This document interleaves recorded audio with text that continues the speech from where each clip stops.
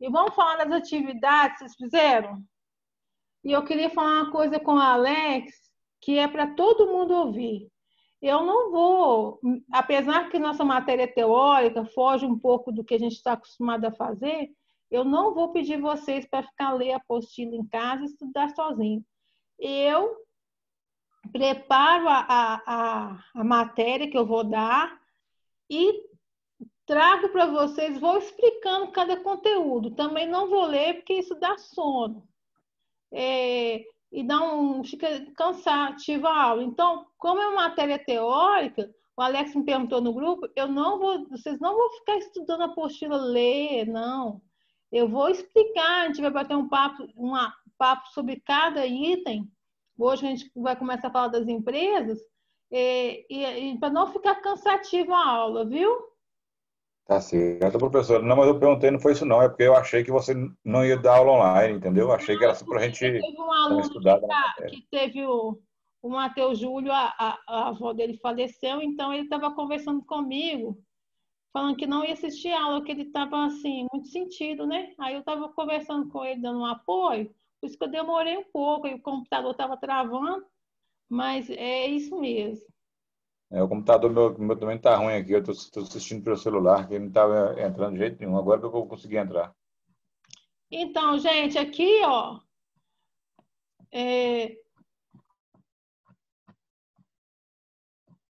a correção, essa apostila de hoje, que eu mandei o arquivo de hoje, já está com as correções da atividade 1, 2 e 3. Eu copiei e colei aqui na apostila, que quem baixou a apostila de hoje já está corrigido. Então, por exemplo, aqui, ó, quais que são as consequências do surgimento das máquinas? A partir da Revolução Industrial, o trabalho que era totalmente agrícola, aqui estou na página 4, que era totalmente agrícola, as atividades eram realizadas pelas mãos, e eram as pessoas da família que realizavam essas atividades, ocorreu uma mudança na sociedade, porque muitas pessoas deixaram o campo, vieram para as cidades, morar próximos aos locais de trabalho. Isso aconteceu, e os trabalhos artesanais, manufaturados, que os trabalhos que são realizados à mão, diminuíram. Então, há uma mudança da sociedade que começou o surgimento das cidades. Então, foi o primeiro impacto da mudança, vendo a tecnologia da indústria, das fábricas. Então, foi a primeira mudança da sociedade, foi o primeiro impacto. Ok, gente? Ok. Da onde ele mora, subindo a escada, correndo e correndo atrás dela. Ok. E ele já quase conseguiu pegar o cabelo Eu vou até aumentar minha letra, que talvez fique difícil de ler. parou no meio da rua, escorregou um pouquinho e ela conseguiu correr. O número 2 da página... Professor, essa atividade já está na apostila, né, disponível? Está na apostila. Quem assistiu a aula comigo semana passada, ô Lucas, eu pedi para fazer. Eu expliquei até o capítulo 3 e pedi para fazer. E hoje, Lucas, eu mandei essa atividade, mandei a apostila hoje, o arquivo de hoje, já com essa correção, com as respostas em vermelho. Sim, legal. Que aí a pessoa às vezes está cansado, né? Para não copiar e já está na apostila depois para estudar, né? Beleza.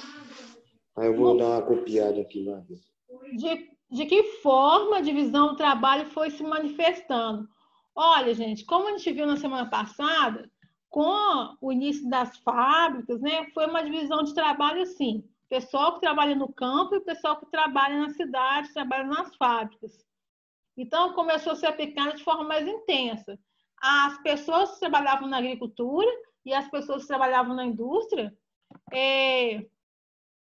Então, e também cada indústria começou a dedicar a um tipo de ramo, a um tipo de segmento, alguma tarefa. No campo, continuou do mesmo jeito. Quem optou por trabalhar no campo, ficar na roça, continuou trabalhando do mesmo jeito. Uma mesma pessoa executava várias tarefas, né? Então, se tinha o gado, cuidava de todas as etapas do gado, se era plantação, cuidava de todas as etapas da plantação, desde arar a terra, cuidar da terra, preparar a terra para receber a semente ou a muda, plantar, cuidar da plantação e até a colheita e a venda, né? Era a mesma pessoa, né? Ou então várias pessoas desempenhavam as mesmas tarefas. Aí, com a questão da industrialização que a gente tem hoje, né? O que era manual foi substituído pelo industrializado, né? Que hoje a gente vê muito que os produtos artesanais são mais caros que os produtos industrializados. Por quê? Os produtos industrializados são fabricados ou produzidos em grande escala, né? Diferente do produto artesanal, que é feito um por um, de forma individual. Então, isso dá um valor agregado a esse produto. Ok, gente? Pode me interromper, viu?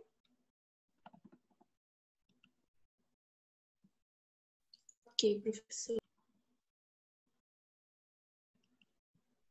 Já no número 3... Ô, Ana, quer falar alguma coisa? Não, tá tranquilo. Tá. Já no número 3, quais... Mas vocês não ficaram chateados comigo, não, porque eu falei da escola, eu falei que a escola pediu não, né? Pediu o quê? Ah, tá bom. Beleza. Pediu para me montar um outro grupo, separar as pessoas, né? Eu acho que eu nem ouvi, professora, desculpa. Ah, então tá bom, você fica, não tem problema não, porque tá melhor quanto menos sabe de coisa que fica triste, é melhor. Beleza. É melhor. Então, quais são as primeiras... Fala, Valnei. Quem falou? É o Alex. Não, tá, pode falar, Alex. Alex. O que a escola falou aí, depois você fala para nós, que eu também não peguei essa informação, não. Tá, então tá bom. Depois, no final da aula, eu falo. Ok. Então, vamos corrigindo aqui. Número 3 era da página 4. Primeira atividade, fixação do primeiro capítulo da introdução da apostila. Que a gente fala do início da Revolução Industrial, o início das fábricas. A pergunta 3 fala: quais as principais mudanças que a Revolução Industrial trouxe para o trabalhador? A mecanização dos trabalhos. Por exemplo, antes, os trabalhos eram feitos de forma artesanais, que também são chamados de manufaturados, que são trabalhos feitos pelas mãos. Com a Revolução Industrial, houve o processo de mecanização. A produção é feita de forma mecânica, através das máquinas, e aumentou cada vez mais. Então, na época que surgiu essa parte de mecanização, houve novas invenções, novas máquinas, e aumentou a produção, e com isso surgiu cada vez mais investidores de capital em novas invenções. Só que a resposta... Eu vou... Aqui, ó, para os processos de produção, a resposta que eu vou cortar aqui, que ficou um pouco grande. Olha, os processos de produção antes manuais passaram a ser mecânicos e assim a produção aumentou cada vez mais. A resposta... A partir daí, as coisas foram mudando rapidamente. Surgiram grandes fábricas e concentraram no trabalho especializado dos trabalhadores ao redor da fábrica, formando-se grandes cidades. Então, o que aconteceu que a gente tem hoje? Por exemplo, a Ana Luísa formou eletromecânica lá na STEC. Só que ela se especializou em automação.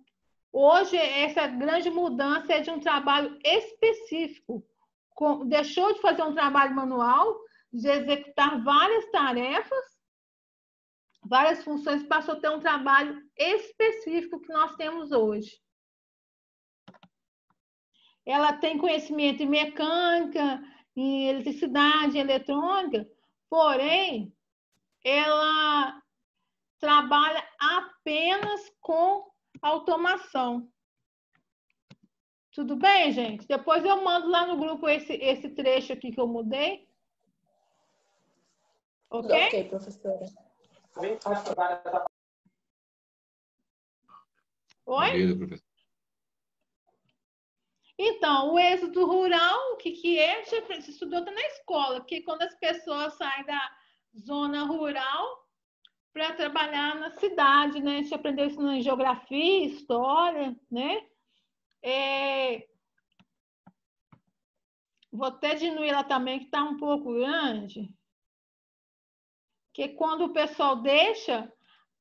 eu vou até escrever ela de novo. Quando deixa a zona rural...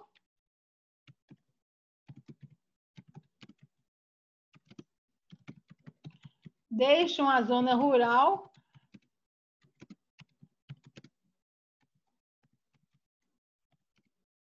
para trabalhar nas fábricas, trabalhar na cidade, nas fábricas. Nas fábricas e empresas.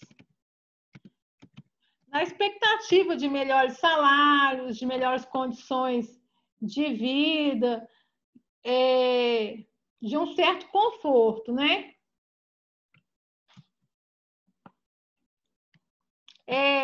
Também dos direitos assegurados, que às vezes a pessoa trabalha por conta própria no campo, ela mesma que tem que arcar com o seu INSS, se ela adoecer, quem que vai trabalhar para ela, né? Então, na empresa tem tem alguns direitos assegurados do trabalhador. A empresa contribui com a maior parte do INSS, o trabalhador contribui com uma pequena parte. Se ele tem acesso a um plano de saúde pago pela empresa, com uma pequena contribuição dele, se ele se acidentar ou adoecer, ele tem o direito de se afastar recebendo um auxílio saúde. Então, é uma das perspectivas que o trabalhador, muitos deles abandonam a zona rural para trabalhar na cidade, nas fábricas, que é o êxodo rural. E também a questão da carteira assinada também, que é um grande incentivo da pessoa, né, poder se aposentar quando chegar na idade da velhice, né? Quando ele for idoso, não aguentar mais trabalhar, né? Não queria falar a idade da velhice, que é chato, mas queria falar a idade que a pessoa não aguenta mais trabalhar. Ok, gente? Ok.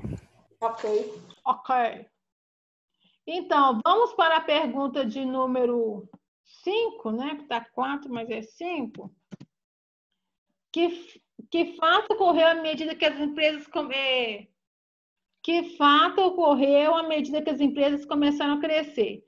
Bem, as empresas cresceram, né? Começaram a produzir mais e mais, aumentaram as suas preocupações como vou escoar essa minha produção, como eu posso produzir mais, quantas horas que o trabalhador pode trabalhar.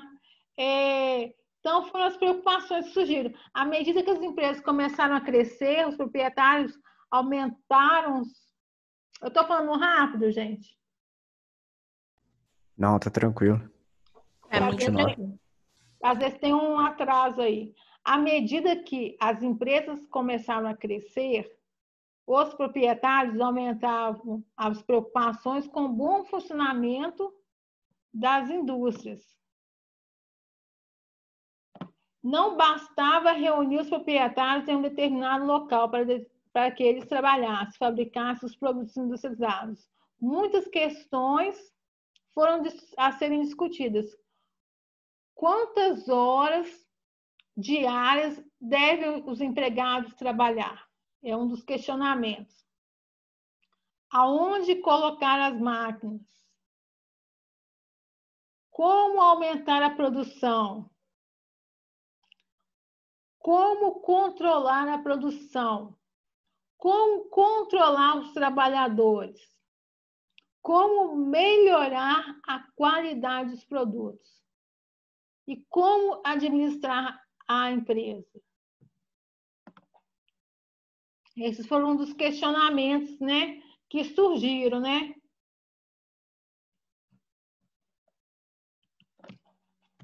Posso passar?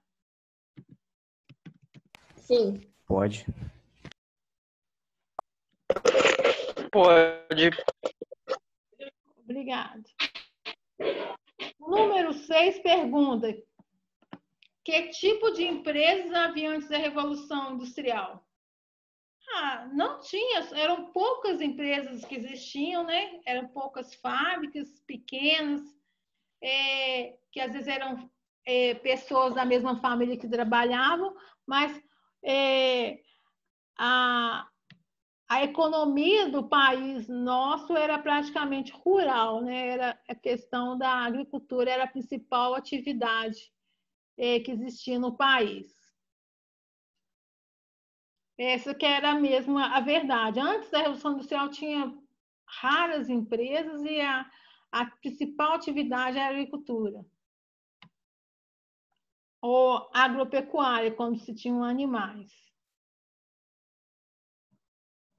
Posso passar, gente? Pode. Dúvida? Pode. Não, tranquilo. Então, lá no capítulo 2, nós falamos que com esses questionamentos do empresário, né, do dono das fábricas, surgiu alguns modelos de organização das empresas. Alguns modelos teóricos e outros modelos mais práticos. Então, a atividade 2 fala um pouco disso.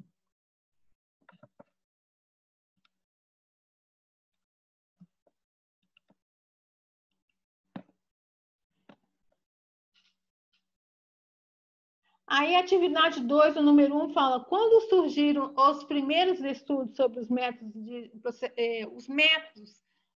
de processo de administração das empresas? Quando surgiram? Foi a partir de 1900, com Taylor, que foi o precursor desses estudos para organizar, que trouxe métodos e processos de organização das empresas. Quais que foram os nomes das pessoas, os nomes desses pesquisadores, dessas pessoas importantes? Os 3 nomes principais são o Taylor, Fayol e o Ford. O número 3 pergunta qual que foi a preocupação de Taylor. O método do Taylor era muito metódico, então ele tinha uma grande preocupação com a supervisão e a eficiência dos operários. Vigiar mesmo os operários dia após dia, verificar se realmente ele está executando uma tarefa.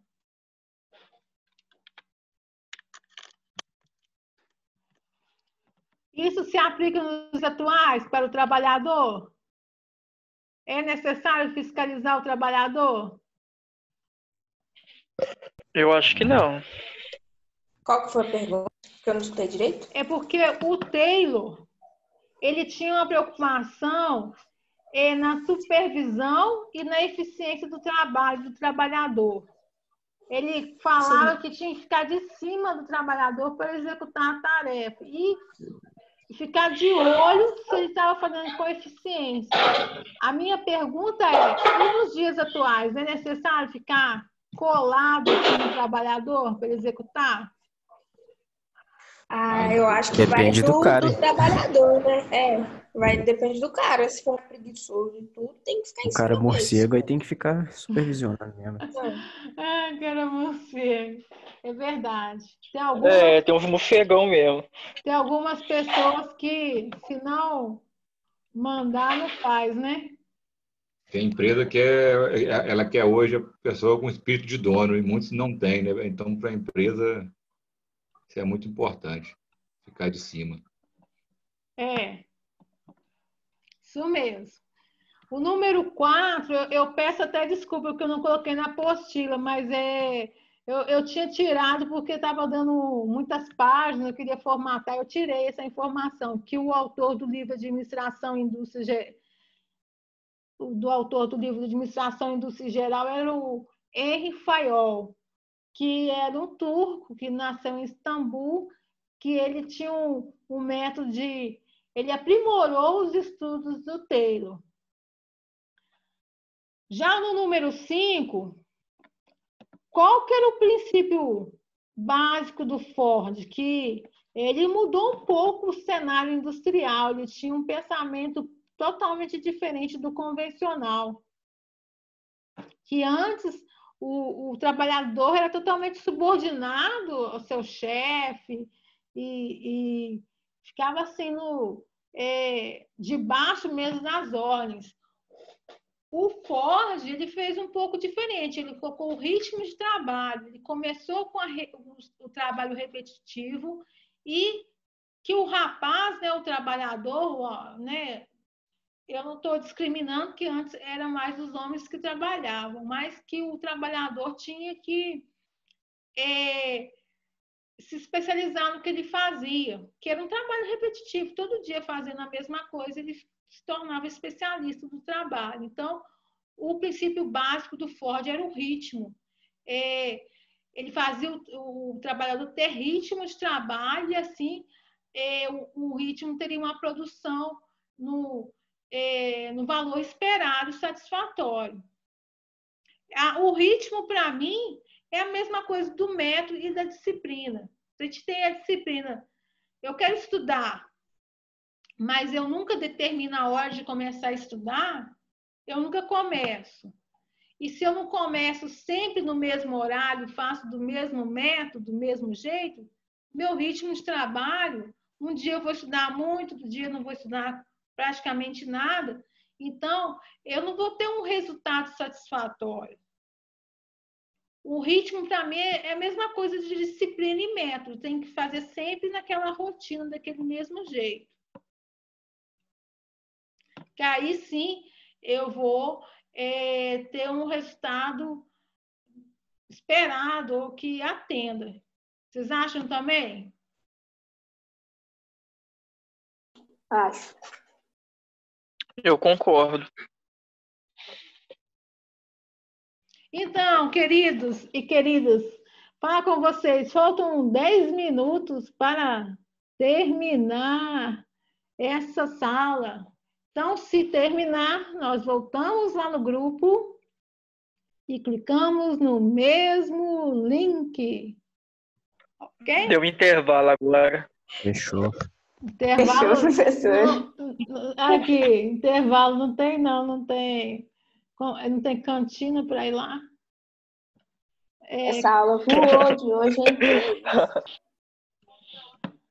Gente, assim, voou porque não está tão difícil, porque quando a aula é difícil, parece que a hora nem passa. Não é igual trabalho, meu filho. Quando você mais precisa, não passa de jeito nenhum. A número 6 fala quais que são os primeiros precursores da organização nas linhas de montagem. Os primeiros da linha de montagem foi o Ford, né? Da marca de veículos Ford, Toyota, que é uma marca japonesa, e Volvo. Foram os primeiros precursores nessa linha de montagem automobilística. Depois foram surgindo os outros. Professor, a Volvo é inglesa? Eu acho que sim, viu? Deixa eu olhar aqui. É sueca. Sueca. Perdão, acho que é sueca. Ah, sim. A Fiat, você sabe que a Fiat é italiana, né? Aham. O pessoal fala até que a Fiat esse pessoal fica brincando, viu? Mas não sou eu, não. Que o furreca italiano, que não sei o quê. Fica brincando com isso. Eu acho que em inglês é Mercedes, né? Não, do Lewis Hamilton. Eu não sei.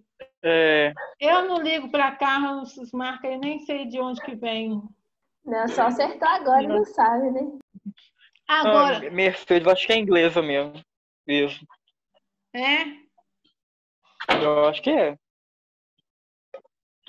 E a Ferrari é de qual país da Itália? Ah, eu acho que é da Itália também. Eu tô enganado, deixa eu ver, da Itália ou alemã. A Fiat é a dona da Ferrari. A Fiat é dona da Ferrari?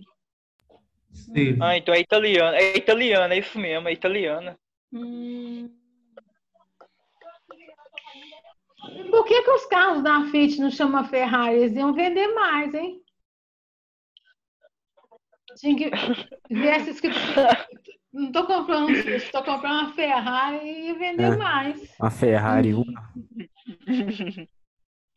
Ah, mas aí a Ferrari Chegou deixa de ser com um a carro Ferrari. exclusivo, ninguém ia querer, ué. Chegou com a Ferrari, é o Uno na hora lá, ó. É, porque o símbolo da Ferrari é mais de luxo, né? É. Carro esportivo. Então, gente, então vamos mudar aqui para falar do número 7. Do número 7 sobre o que era no toyotismo o sistema just-in-time. Deixa eu aumentar aqui a letra para vocês acompanhar.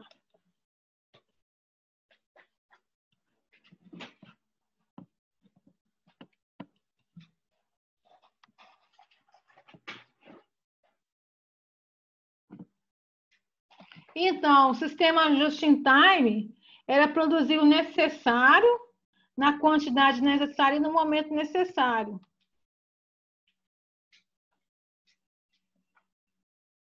Só um minutinho aqui. Fecha a porta, não? Gente, desculpa aí, mas Olha, então, quando vocês produzem, né, no caso, a quantidade necessária no momento necessário, conforme a demanda, não há desperdício na produção, né? Então, a empresa monta um produto que já vai ter um mercado, né? Você já está vendido, que em vez de ficar esperando até, desvalorizando até ser vendido ou não. A produção do Volvo, que é a empresa sueca, eu falei na última aula que era um local bom de trabalhar, que flexibilidade criativa, tinha várias qualidades, né?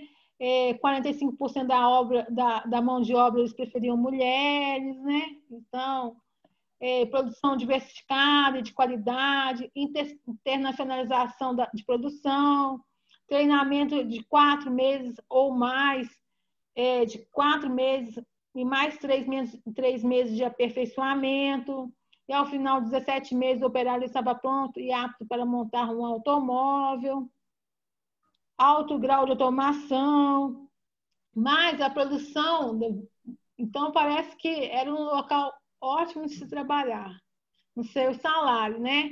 Mas a produção da Volvo era diversificada e de qualidade. E no número 9 pergunta por que Ford pagava aos empregados um bom salário. É porque ele não era bobo, né? Ele fazia isso com o intuito de receber esse dinheiro de volta. Ele pagava um bom salário para seus funcionários e queria que eles gastassem seu ordenado consumindo os seus produtos no mercado, ou seja, os produtos que ele fabricava. Mas ele também não era bobo, quando ele não tinha vínculo empregatício com esses trabalhadores, ele pagava o dia. Então, pagando o dia e pagando bem, ele tinha um trabalhador mais motivado para executar a tarefa. Isso aí, o trabalhador motivado, ele executa sua tarefa com melhor qualidade, né? Com mais atenção. Então, tinha um produto final de qualidade. Ok, gente? Ok. Ok.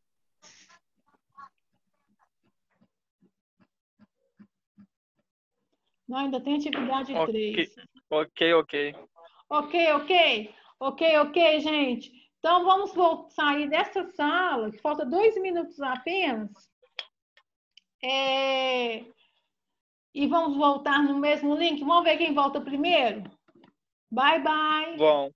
Bye, bye.